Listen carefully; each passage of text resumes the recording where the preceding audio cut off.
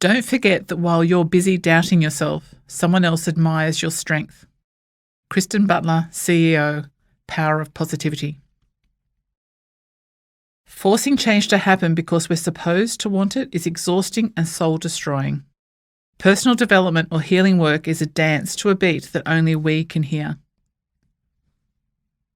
For me, my way forward will probably always involve splashing around in the mud puddles of my imperfections and my not quite there yets, and owning that I do screw up here and there along the way, and probably always will.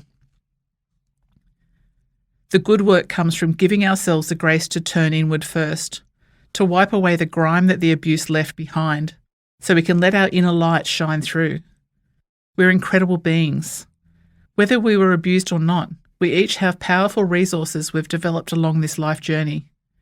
They include our values, unique gifts and strengths, our use of creativity, and our imagination, love and hope.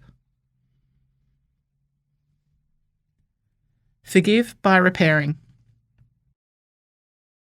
You can have compassion without forgiving. There are many ways to move on, and pretending to feel a certain way isn't one of them. Laurie Gottlieb, psychotherapist and author. It includes forgiving, doesn't it? That is a common question I've been asked regularly by non-abused people. Yes, I found my way to forgive. Forgiveness comes in a variety of forms, is my response. When I first practiced forgiveness in hypnosis, where I cut the visualised cords of attachment between myself and Mum and with Daryl, I had not yet explored how to go about releasing myself from the shackles of misplaced guilt, shame and self-blame, nor done the work of recovery that I have now.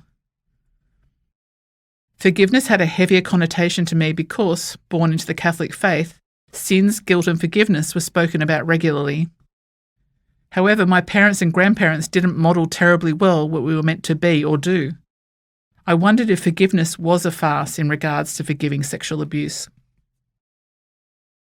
Dr. Scott Eilers permitted me to share these words of his that I found made me smile.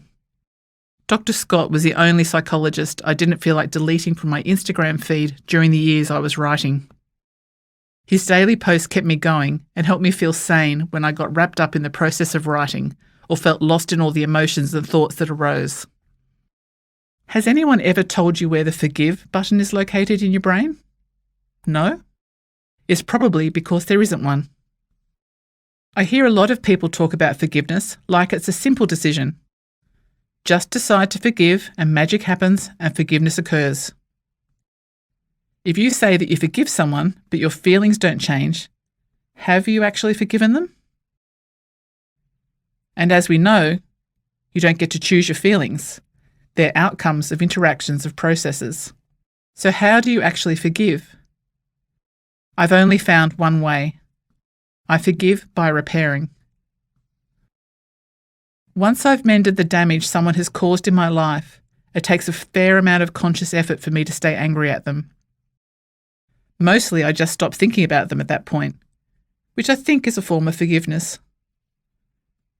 Personally, I've found it impossible to forgive until I can repair. I think forgiveness happens near the end of moving on, not at the beginning. And by the way, it's okay not to forgive. It should always be your choice.